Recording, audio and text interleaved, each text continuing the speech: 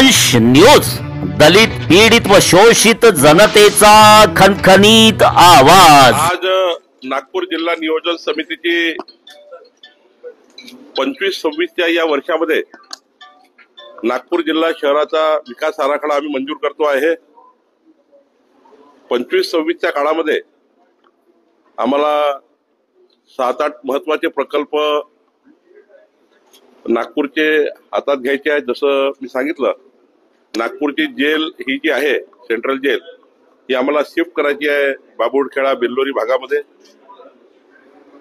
या ठिकाणी agro conventional सेंटरचं काम पूर्ण करायचं आहे।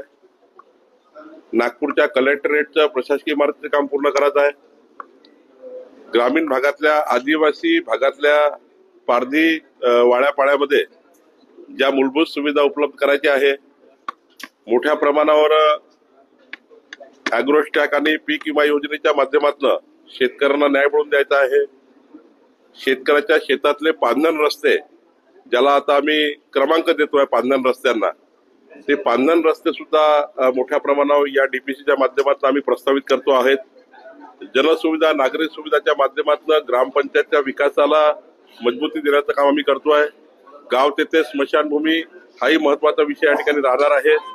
सोबतच झुडपी जंगल जागा जे अनेक वर्षापासून ती केस सुप्रीम कोर्टात सुरू आहे, ती केस लवकरात लवकर निकाली काढून 86,000 हेक्टर सुप्रीम कोर्ट 86,000 हेक्टर झुडपी जंगलाच्या जागा या पट्टे वाटपाकरता लोकांना उपलब्ध झाल्या पाहिजे। कारण या झुडपी जंगलाच्या जागेवर जवळपास 1 लक्ष परिवार हे 30 वर्षापासून 40 वर्षापासून राहतात आहे। त्यांचाही प्रश्न निकाली काढायचा आहे। अनेक प्रश्न आहेत, जवळपास 48 विभाग आहेत, डीपीसीचे 48 विभाग आहेत। 48 विभागामध्ये आम्हाला काम करायचं आहे आणि मला वाटतं की यावर्षी चांगला निधी आम्हाला माननीय मुख्यमंत्री आणि अजित दादा फायनान्स मिनिस्टर म्हणून देतील आणि नागपूर जिल्ह्याचा जो डीपीसीचा साईज आहे, आदिवासीच्या भागाचा असेल, एससीपीचा असेल, टीएसपीचा असेल किंवा आमचा जनरल प्लॅन असेल, तोही वाढवून घेण्यासाठी आम्ही प्रयत्न करणार आहोत।